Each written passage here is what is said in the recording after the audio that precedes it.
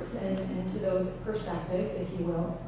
So the reason that I'm asking this is because a few days ago there was a post that came into my Facebook feed, and I thought, oh, this is neat. I'm going to share it in the Victoria Truth Center Facebook group because it was about religion versus spirituality.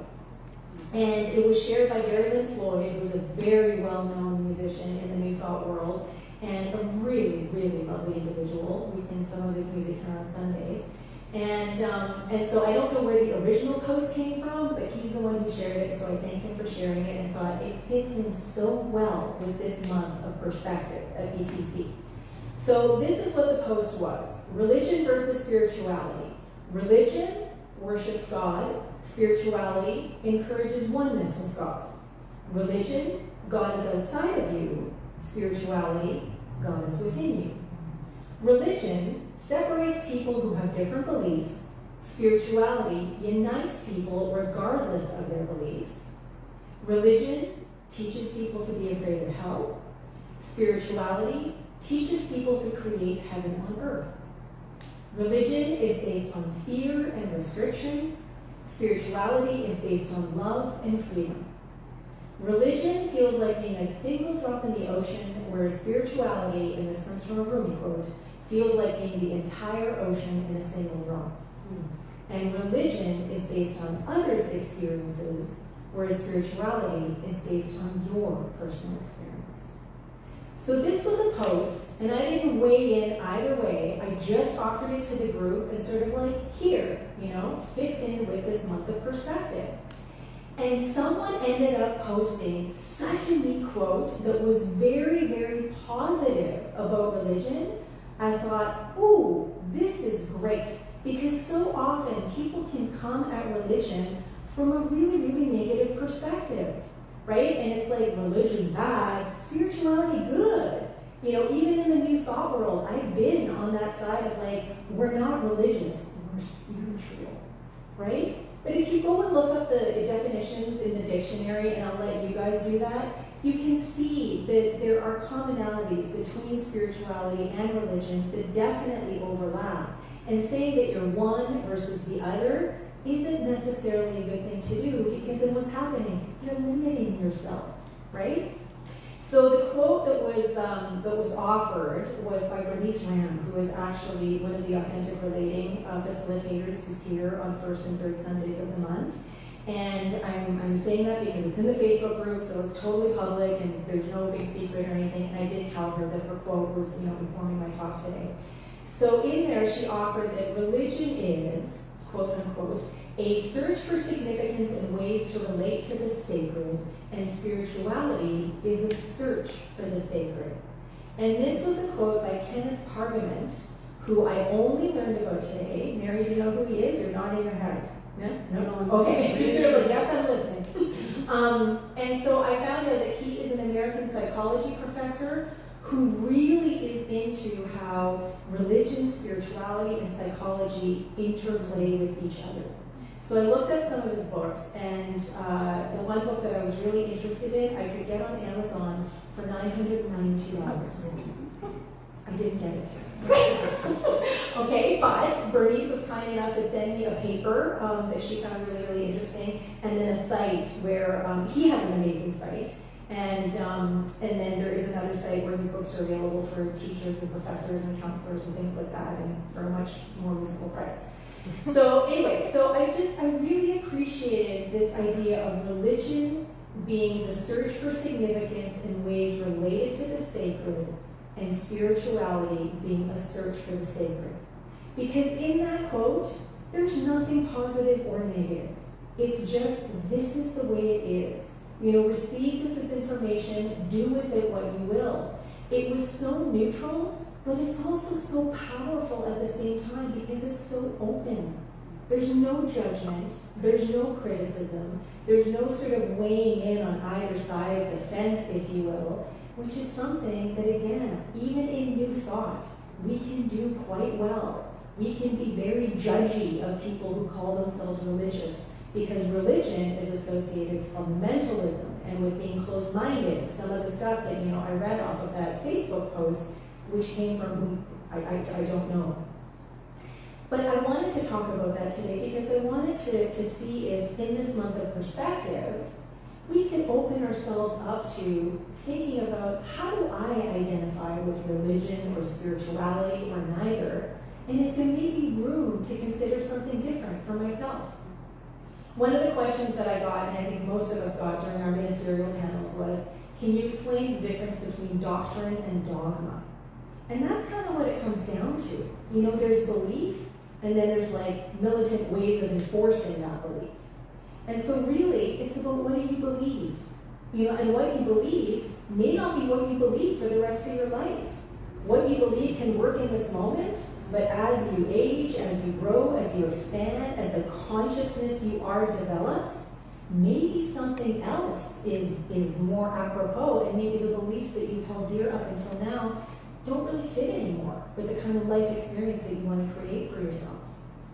So one of the things that came up for me a couple of days ago, and when I was speaking on Sunday, I brought in positive intelligence. Because positive intelligence, I talked about it before, is this amazing paradigm that talks about being either in your judge and saboteur frame of mind or being in your sage frame of mind.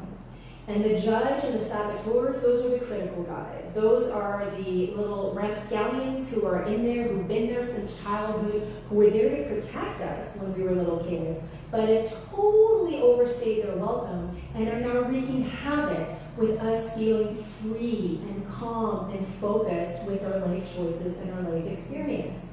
There's a hyperachiever, there's a controller, there's a victim, there is a hypervigilant one, there is a people pleaser, and there are, 4 more.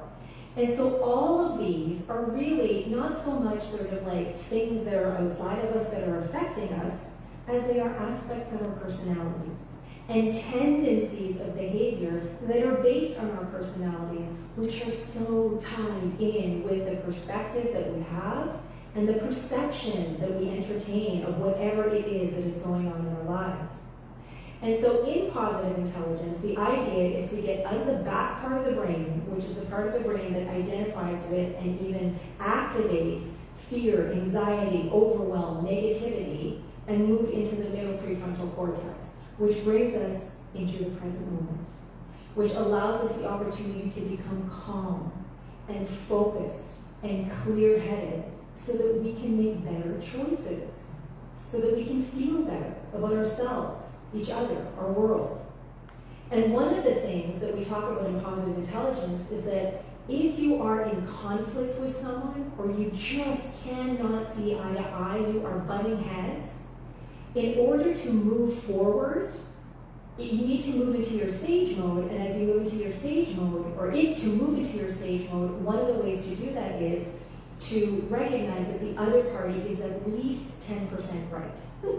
Even if you don't think that's true, just go with the other party is at least 10% right. You still get the 90%, right? But at least there is something that the other person has right in the situation. And when you will start, that's a shift in perspective right there, right? Instead of like, I'm right, you're wrong, we're at an impasse, done. You've just moved enough to go, okay, I can listen. Okay, maybe there's another way to look at this.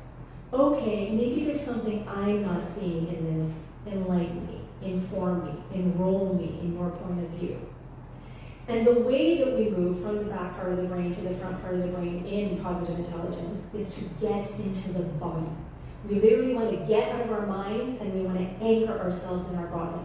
And we do that by doing exercises that anchor us in different senses or our breath.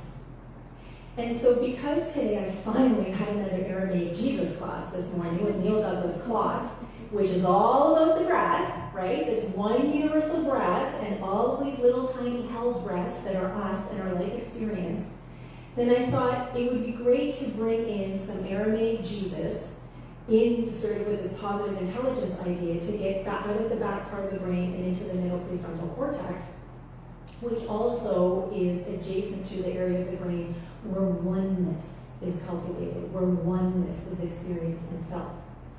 And so in this class this morning, Neil Douglas Klotz was going over the 4 elements again. And this is the meditation we did a few weeks ago, last month, when we brought in the elements of earth and water and fire and air. Today, though, we were doing a meditation which was specifically about cleansing using those elements. And so for me, I thought, wouldn't it be great if we did a little bit of a meditation so that we could cleanse ourselves of the perspectives that we have that are really sort of associated or glued to the ideas of religion versus spirituality, so that we could let go and we could free ourselves and we could open ourselves up to new ways of thinking, new ways of receiving, and new ways of being. So the title of my talk today is Religion or Spirituality, a Matter of Perspective. So knowing that we don't have a lot of time left, what I would like to do is just very, very briefly go through just like a 4-minute meditation with these 4 elements so that we can let go. We can let go and open up and just allow for whatever it is that wants to come forward, whatever it is that wants to be received in Him. Okay? So I invite you to get comfortable in your chair. I invite you to plant your feet firmly on the ground, lengthen your spine. I invite you to close your eyes or lower your gaze, whatever it is that feels comfortable. And I invite you to bring your attention to your breath. And if at any point you want to open your eyes and look on the screen and see the phrases that I'm going to use, feel free. All right, and so bring your attention to your breath, noticing how it moves in and out through your nostrils, in and out through your lungs, perhaps noticing the rise and fall of your belly or your chest, and just allowing yourself to relax into this rhythm of breath, this rhythm of life, knowing that there is only one universal breath. And as that breath breathes its way in, through, and as everyone and everything, it pauses so that we, in that paused breath, can live our life experience. And when we are ready to let go, when it is time for us to expire, the breath that we are flows gently back into that universal breath that is the only breath that is. And so as we focus our attention on this rhythm of breath, I invite you to breathe silently these words to yourself. Alaha, Ar-ah. Breathing in, Alaha. Breathing out, Ar-ah. Breathing in, Alaha. Breathing out, Ar-ah. And as you continue breathing, I invite you to open up to the knowing that this is the earth element that we are inviting into our being.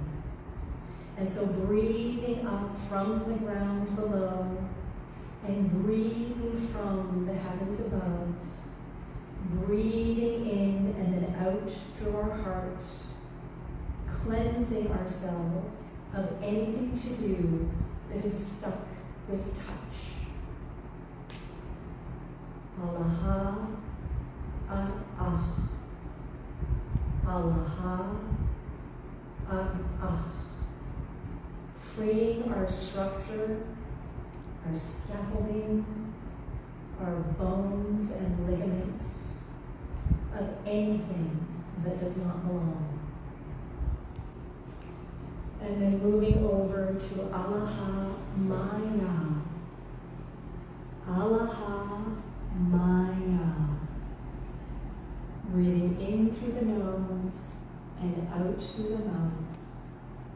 Alaha Maya is the water element that is coming up from the earth, saturating and moistening every single fiber of our being, and focusing on cleansing our sense of taste. Letting go of anything that is spoiled or pungent, and allowing only freshness to maintain.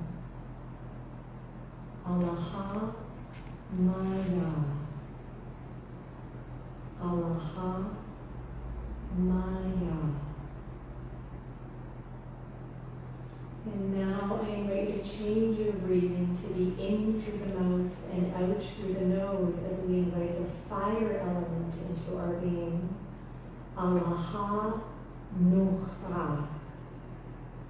Alaha, Nukhra. Allowing this fiery energy to cleanse our nose from within, our nasal passages, everything that is associated with our sense of smell. Noticing what we can let go of in life and what we want to have stay with our sense of smell. Alaha Nukhra. Alaha Nukhra.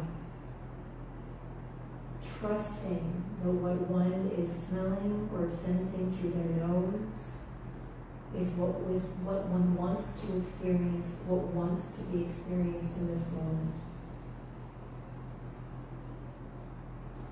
And then moving into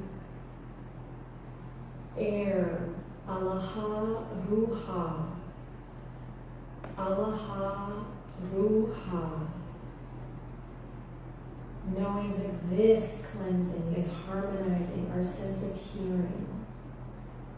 Hearing the wisdom and voice from within. Letting go of our personal sense of hearing so that we can hear who and what we truly are. The deepest truth that wants to be heard right now. Alaha Ruha. Alaha Ruha. And then finally bringing all of the elements together. Alaha Shmaya. Alaha Shmaya. Knowing that this is cleansing our sight, clearing our vision, letting go of our individual eye and opening up to the greater eye that is the seeing and the vision of all. Breathing in every element as a rainbow or a kaleidoscope or a mandala that is never ending, with all the elements invigorating, enlivening, and cleansing every single aspect of our senses. Alaha Shmaya. Alaha Shmaya. Alaha Shmaya.